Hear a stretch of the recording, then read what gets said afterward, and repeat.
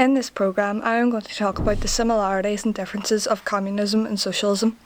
Communism can sometimes be referred to as a specific political party, but when it is stripped down, it is really just an ideology of economic equality. Communism is a belief in a society without different social classes, in which methods of production are owned by all its members. There are only 5 countries who still follow this political belief.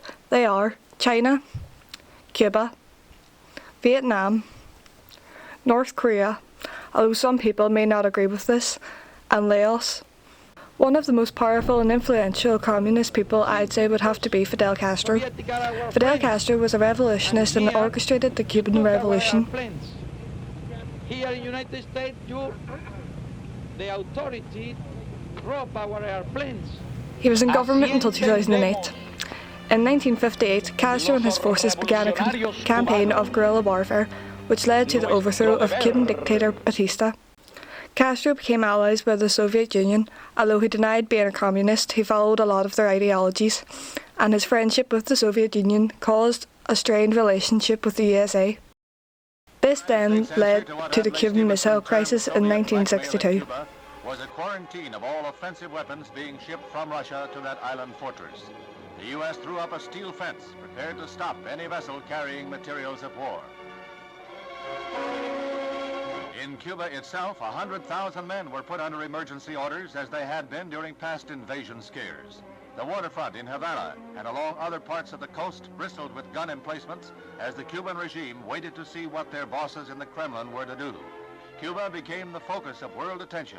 Here centered the most critical threat of global war since the surrender of Germany 17 years ago.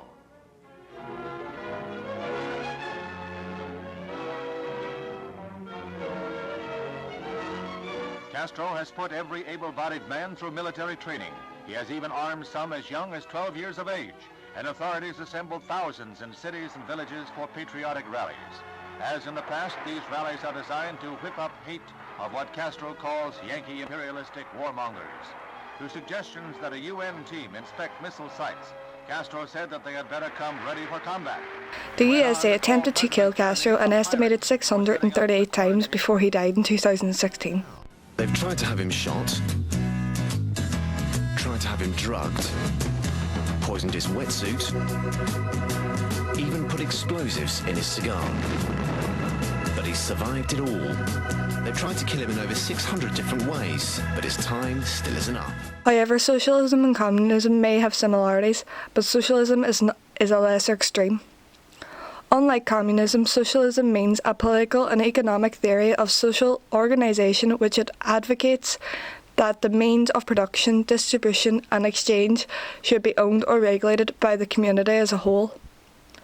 Instead of the workers owning the facilities and the tools for production, workers are paid and allowed to spend their wages as they choose, while the governing body owns and operates the means of production for the benefit of the working class. Here are a few of the most socialist nations in the world today: Denmark, Finland, Sweden, Canada, and New Zealand. Karl Marx can be classed as either a communist or a socialist, and this further shows how similar the two are. Marxism is a method of socio-economic analysis that analyses class relations and societal conflict using a materialist interpretation of historical development. It originates from the mid to late 19th century works of German philosophers Karl Marx and Friedrich Engels. In conclusion, I do believe that there is a fine line between socialism and communism, but that socialism is the best way forward for every country in today's age.